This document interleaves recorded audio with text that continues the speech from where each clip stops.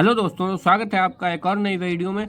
कई सारे कमेंट्स आ रहे थे कि सर पूरा साल निकल गया, हमने कुछ नहीं पढ़ा, केमिस्ट्री में हम कैसे पास हों, कोई ऐसी ट्रिक बता दीजिए जिससे कि हम केमिस्ट्री में पास हो जाएं। तो हम सारी चीज़ें आपको 9 पॉइंट्स में क्लियर कर देंगे। उससे पहले अगर आप इस चैनल पर नए हैं तो चैनल को सब्सक्राइब और वीडियो को लाइक कर लीजिए। तो चलिए चलते हैं। तो सबसे पहले है टाइम।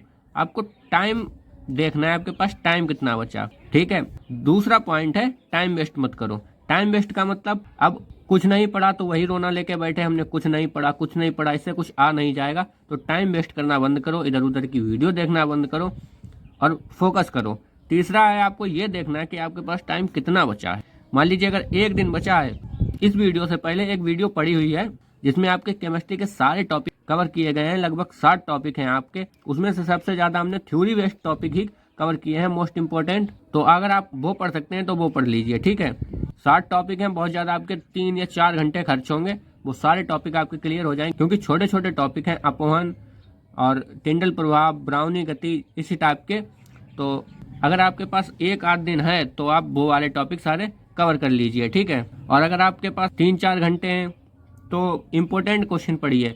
अब इम्पोर्टेंट क्वेश्चन मिलेंगे कहाँ से? तो हमने पहले ही बताया कि इस चैनल पर इससे पहली वाली जो वीडियो पड़ी है उसमें सारे इंपॉर्टेंट क्वेश्चन कवर किए गए हैं, चाहे आपके बहुविकल्पी हों, 1 नंबर के हों, 2 नंबर वाले हों, जितने भी आते हैं इंपॉर्टेंट वो सारे कवर किए गए हैं। अगर आप वो वीडियो नहीं देख पा रहे, आपके पास नेट नहीं है या कुछ और दिक्कत है, तो आपने मॉडल पेपर लिया होगा, तो उसमें जिसमें ज़्यादा सन पड़े हों, यानी वो क्वेश्चन उतनी ही बार ज़्यादा आया है, तो वो इम्पोर्टेंट है, तो आप उसे याद कीजिए, ठीक है। और जो बिल्कुल जाते ही समय मेरी वीडियो देख रहा है वो भी रुके, उनके लिए भी हम एक तरकीब बताएंगे।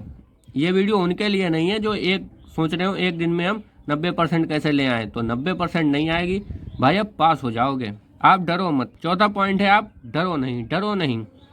अगर आप वहाँ पेपर में जाके नर्वस हो गए तो जो आता होगा वो भी आप भूल जाओगे। फिर आता है आपका 5वां पॉइंट, पेपर सही से पढ़ो। अब पेपर सही से पढ़ने का क्या मतलब है? पहले आपको ये देख लेना है कि आपको पेपर आगे से ज़्यादा आता है या पीछे से ज़्यादा आता है। अगर आपको पेपर के बहुविकल्पी और 1 नंबर या 2 नंबर के क्वेश्चन ज़्यादा आ रहे हैं तो पेपर आप सीधा स्टार्ट करें। अगर आपको लॉन्ग क्वेश्चन आ रहे हैं तो आप पेपर उल्टा स्टार्ट करें, क्योंकि हमारे जो टीचर थे वो हमेशा ये कहा करते थे, first impression is the last impression. हमने बीएससी भी की तो उसमें भी यही कहा करते थे कि first impression is the last impression.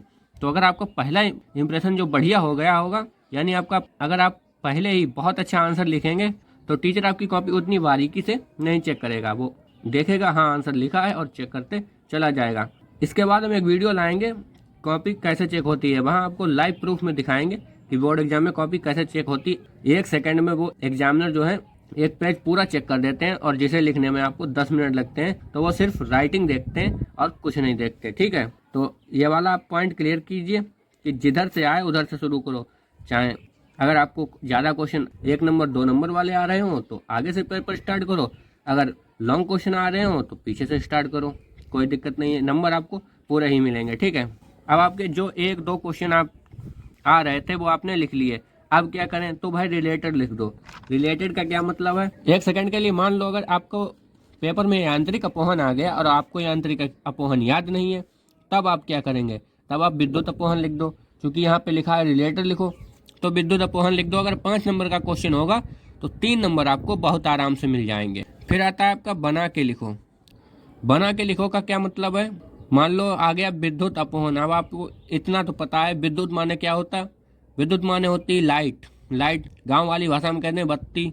आपको ये तो पता है लाइट अपवहन से क्या होता है? शुद्धिकरण करने की एक विधि है अपवहन, कोलाइडी विलयन। बना के लिख दो। जब हम लाइट से कोलाइडी विलयन को शुद्ध करते हैं तो वो विधि विद्युत अपवहन कहलाती है। हो गया। अब फिर आता है आपका, आप बना के भी नहीं लिख पा रहे, रिलेटेड भी नहीं लिख पा रहे, कोई क्वेश्चन ऐसा आ गया जो आपको आता ही नहीं है, तब आपको एक चीज़ देखनी है, वो क्वेश्चन थ्योरी बेस्ड है या रिएक्शन टाइप है।